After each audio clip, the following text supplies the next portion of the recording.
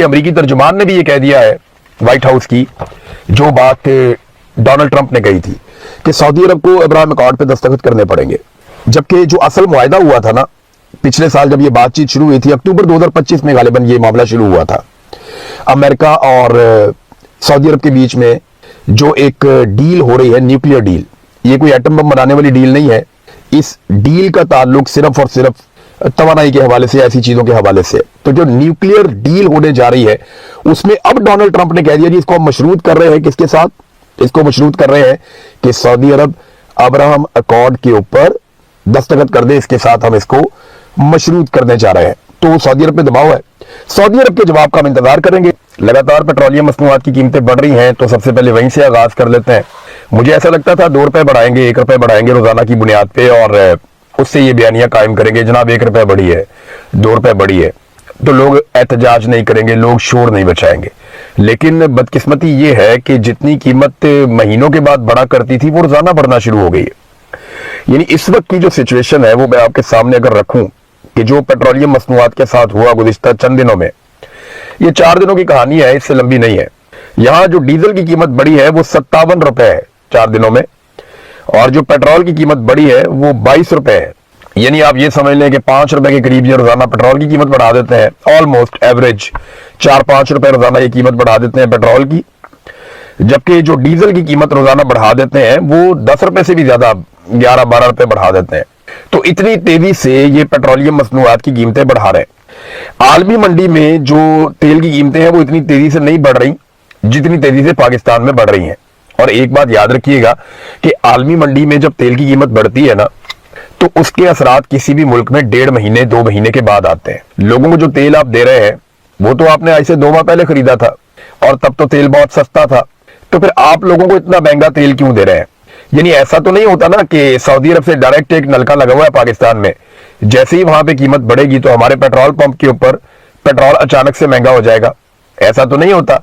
तो जब कीमतों के बढ़ाने का इंपैक्ट आता है तो ये फौरी तौर पे बढ़ा देते, जब कम करने का आता है तो ये बहुत स्लो 1.5 2 महीने इंतजार करके कम करते हैं, वहां पे कम नहीं करते। एक्चुअली ये अवाम की जेब से माफियात और हुकूमत मिलकर पैसा नचोड़ रहे हैं, और इन्होंने इसको एक तरीका वारदात बना लिया है कि लोगों को लूटो।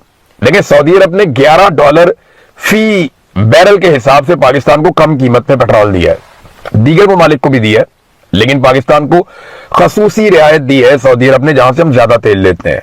लेकिन आपको हुकूमत ये बताएगी नहीं। चले एक चैलेंज करते हैं हुकूमत को कि हुकूमत वो असली बिल पेश करे कौम के सामने जो इन्होंने अदायगियां की हैं उन ममालिक को जिनसे ये तेल खरीदते हैं। अब अगर वो आप अदायगियां देख लेंगे तो आपको आइडिया हो जाएगा कि किस तरह आपको लूटा गया है। ये लेवी वाला, टैक्सेस वाला तो और कहानी है ना, इनको तेल इंतहाई सस्ता मिल रहा है, उस पैसे का हिसाब भी ये नहीं दे रहे। आसिम मुनीर साहब ने और शहबाज शरीफ ने अपने ताल्लुकात से फायदा उठाते हुए जो तेल सस्ता लिया अरब ममालिक से, वो तेल महंगे से भी महंगा बेचा पाकिस्तान में। इंडिया में इतनी कीमत नहीं बढ़ती है। अफगानिस्तान को आप देख लेना, अफगानिस्तान के पास कोई बंदरगाह नहीं है, यानी उनको समंदर लगता ही नहीं है, तो वो तेल कहां से लेकर आएंगे? उनको बेचारों को लंबा जमीनी रास्ता तय करना पड़ता है। फिर अफगानिस्तान में ऑयल रिफाइनरीज भी नहीं है, वो भी उनको इजाफी खर्चा पड़ता है। ना वहां पे बंदरगाह है, ना वहां पे ऑयल रिफाइनरीज है, इसके बावजूद वो तेल पाकिस्तान की निस्बत सस्ता दे रहे हैं। कैसे दे रहे हैं? लेकिन तेल की कीमत मुकर्रर करने का जो फॉर्मूला है ना, वहां पाकिस्तान डंडी मार रहा है। दुनिया से सस्ता तेल खरीद के हम ये बताते भी नहीं है, हमारी हुकूमत ये बताती भी नहीं है पब्लिक को, एस्टेब्लिशमेंट भी ये पब्लिक को नहीं बताती कि हमने वहां से तेल कितने का लिया, और तेल सस्ता लेके उसके ऊपर मजीद रियायत लेके ये पाकिस्तान में इंतहाई महंगा बेचते हैं। पाकिस्तानियों की खाल उतार रहे हैं। और मैं हैरान होता हूं कि महीनों के बाद जब पेट्रोल की कीमत 1-2 रुपए बढ़ती थी ना, तो उस दौर में जो लोग नाच नाच के घुंघरू तोड़ देते थे, जो लोग तत्ते तवे पे बैठ के उछलते थे, वो लोग जिनके घरों में मातम बिछ जाता था, वो लोग आज रोजाना तेल की कीमत बढ़ती है, और इतनी बढ़ती है कि उस दौर में, इमरान खान के दौर में, वो 2-2 महीने में इतनी कीमत नहीं बढ़ती थी, आज रोजाना उतनी बढ़ती है, और उनके मुंह से एक लफ्ज भी नहीं निकलता। बहाना क्या है जी? जंग हो रही है।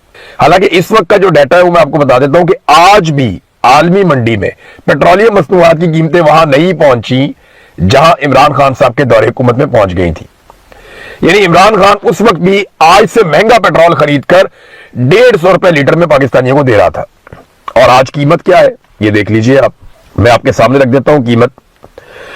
जो पेट्रोल है उसकी कीमत है 331 रुपए से जायद, जबकि डीजल है उसकी कीमत है लगभग 379 रुपए। ये जनाब किया गया है इमरान खान साहब को निकालने के बाद। इसका शुक्रिया आपने अदा करना है जनरल बाजवा का और जनरल आसिम मुनीर का।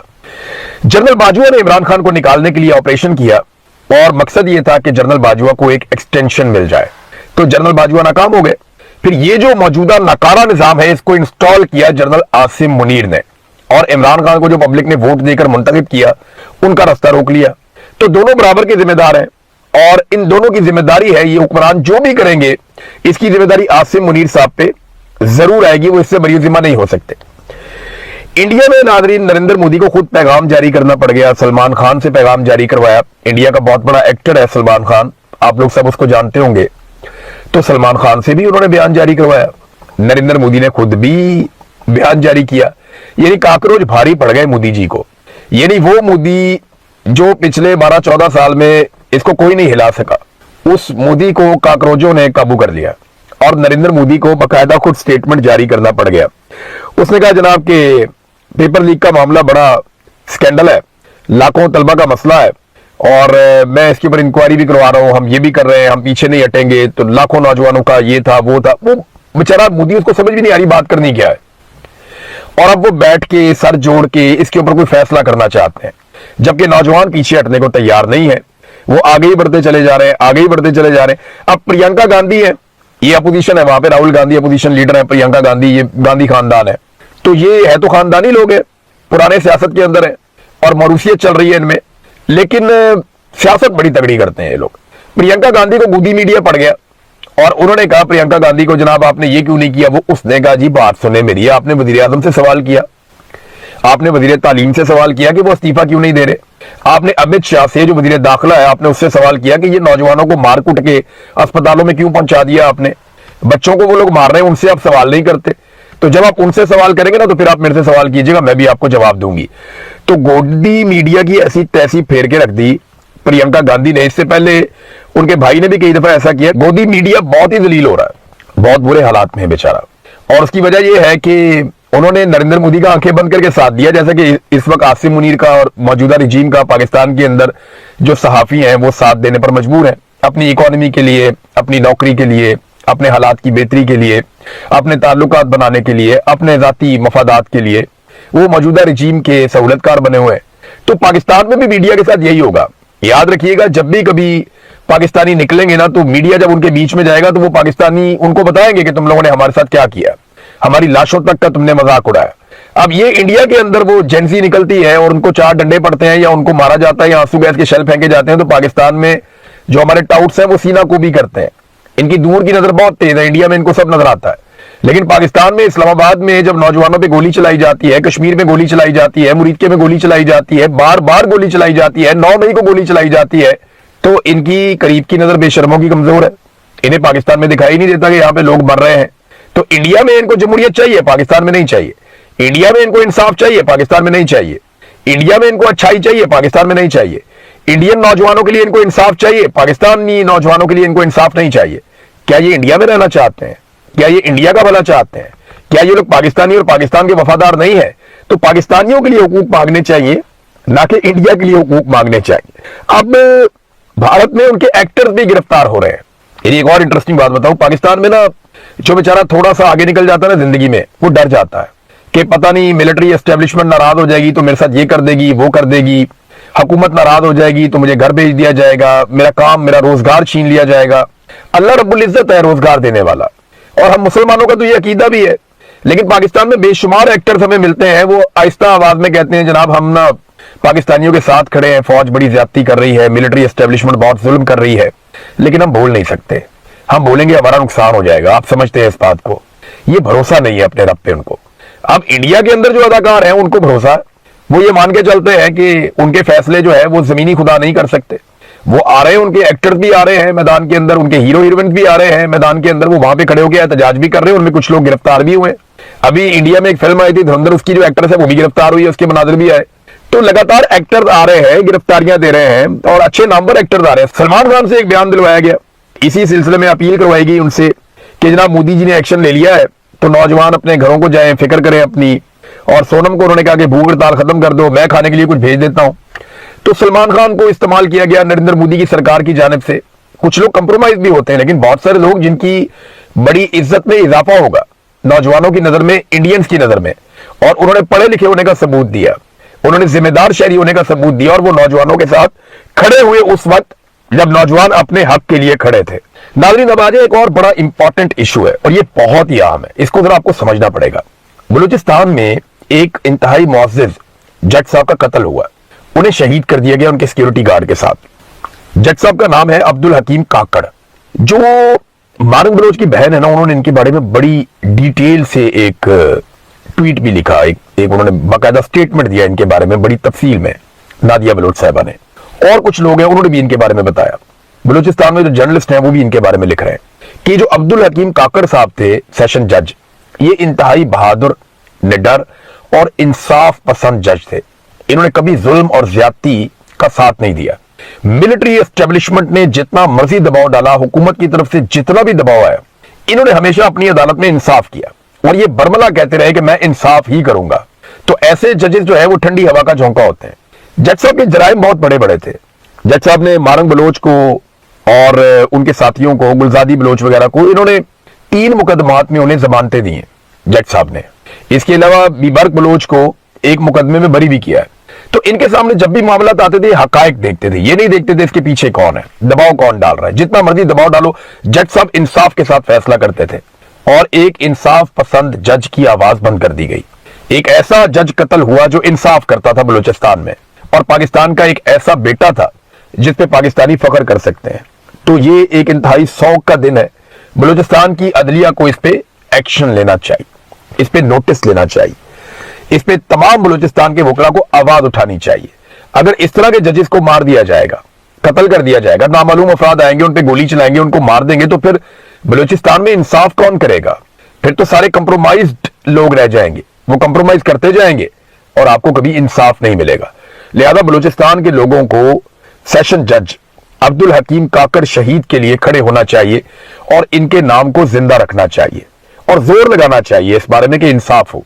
नाज़रीन, इंसाफ की हालत यह है कि इमरान खान का बेटा, इमरान खान कोई ऐसे गैर मकबूल आदमी तो नहीं है ना, कोई ऐसा बंदा तो नहीं है कि जिसे दुनिया नहीं जानती, उसके बारे में किसी को नहीं पता। पाकिस्तान का सबसे मकबूल आदमी है। अगर पूरी दुनिया में कहीं भी आप जाते हैं तो लोग इमरान खान को जानते हैं, आसिम मुनीर को नहीं जानते, शहबाज शरीफ को नहीं जानते, उन्हें पता ही नहीं है कौन लोग हैं, और किसी को भी नहीं जानते। लोग इमरान खान को जानते हैं। इमरान खान के बेटे ने एक दफा फिर अपील की है, और उसने कहा जी मैं अपने बाप से बात करना चाहता हूं, मैं उसको बहुत मिस कर रहा हूं। और आलमी बरादरी से उसने अपील की कि आलमी बरादरी इस नाइंसाफी से नजरें ना चुराए। नाइंसाफी के सामने खामोशी सिर्फ नाइंसाफी को तकवीयत देती है। बड़ा लंबा चौड़ा बयान उन्होंने दिया है। एक दफा फिर आलमी बरादरी से अपील की है कि इमरान खान के साथ जुल्म और ज्यादती हो रही है, इस मामले में इंसाफ करवाया जाए, और आलमी बरादरी अपना असर रसूख इस्तेमाल करे। लेकिन इस पर जिनकी हुकूमत है ना, ये हमेशा हुकूमत में नहीं रहे, ये रिसीविंग एंड पे भी थे। मिसाल के तौर पे नवाज शरीफ ये ज़ेर-ए-ताब भी रहे, जरदारी ये भी ज़ेर-ए-ताब रहे, ANP ये भी ज़ेर-ए-ताब रही। फजल रहमान के अलावा हर आदमी ज़ेर-ए-ताब रहा आबादी में। फजल रहमान साहब हमेशा से अच्छे हालात में रहे, उनके लिए कोई बुरे हालात कभी ज्यादा आए नहीं। तो बाकी लोग जो है बुरे हालात में रहे माजी में। जो रिसीविंग एंड पे थे उनको भी आज समझ नहीं आ रही, यानी उन्होंने अगर सबक नहीं सीखा जुल्म और बर्बरियत का सामना करने के बावजूद, तो फिर उन्होंने कुछ नहीं सीखा। यानी बहुत बड़ी अपने आप को जमहूरी आवाज कहने वाले परवेज रशीद जो माजी में कहा करते थे कि मैं गलेल के साथ नहीं, मैं दलील के साथ हूं, यानी जो गलेल चलाएगा उसके साथ मैं नहीं हूं, मैं दलील वाले के साथ हूं। ये बात खुलकर कहते थे परवेज रशीद साहब, मुझे अच्छी तरह याद है। और आज वही परवेज रशीद जस्टिफाई कर रहे थे सरकारी मीटिंग में बैठ के कि NCCIA की कार्रवाइयां जायज है। वहां पर उन्होंने जस्टिफाई कर दिया, उन्होंने कहा ठीक है इनकी कार्रवाइयां जायज है। लेकिन जब से नवाज शरीफ ने यास्मीन राशिद साहिबा का मैंडेट चोरी किया ना, नून लीग के जितने बड़े बड़े लोग हैं या नवाज शरीफ की अपनी जो किचन कैबिनेट है, वो सारी की सारी इखलाकी दिवालियापन का शिकार हो गई है। इखलाकी तौर पर इतनी गिरावट में चले गए हैं कि अब ये खड़े नहीं हो सकते। इन्होंने बेड़ा गर्क कर लिया अपने उसूलों का, इन्होंने अपने अपने जमीर को कत्ल कर दिया, क्योंकि वो इतनी बड़ी डकैती है जो नवाज शरीफ ने मारी है यास्मीन राशिद साहिबा की सीट के ऊपर, और जिस अंदाज में वो डकैती मारी गई है, नवाज शरीफ अगर अपने आप को शीशे में देखे तो उन्हें शर्म आनी चाहिए।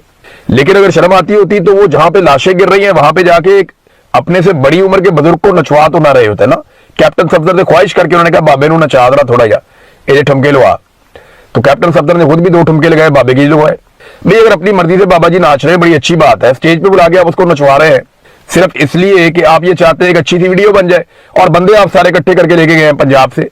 पीपल्स पार्टी जलसे करती है, आजाद कश्मीर में बंदे लेके जाते हैं बाहर से, कुछ वहां से इकट्ठे करते हैं, कुछ बाहर से लेके जाते हैं, कुछ सिक्योरिटी गार्ड इकट्ठे करते हैं, कुछ सरकारी मुलाजिम इकट्ठे करते हैं, अपना जलसा कर लेते हैं। नवाज शरीफ साहब भी इसी तरह जलसा करते हैं।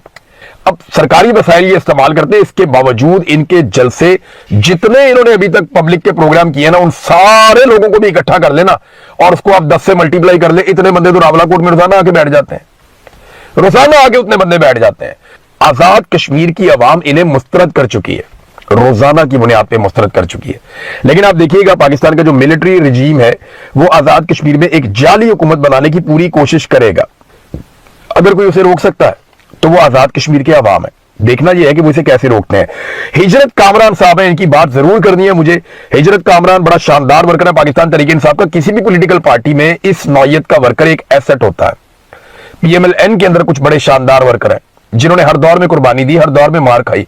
वहीद गुल साहब एक हुआ करते थे, मुझे याद है, उन्होंने बहुत मार खाई थी, बहुत मार खाई थी।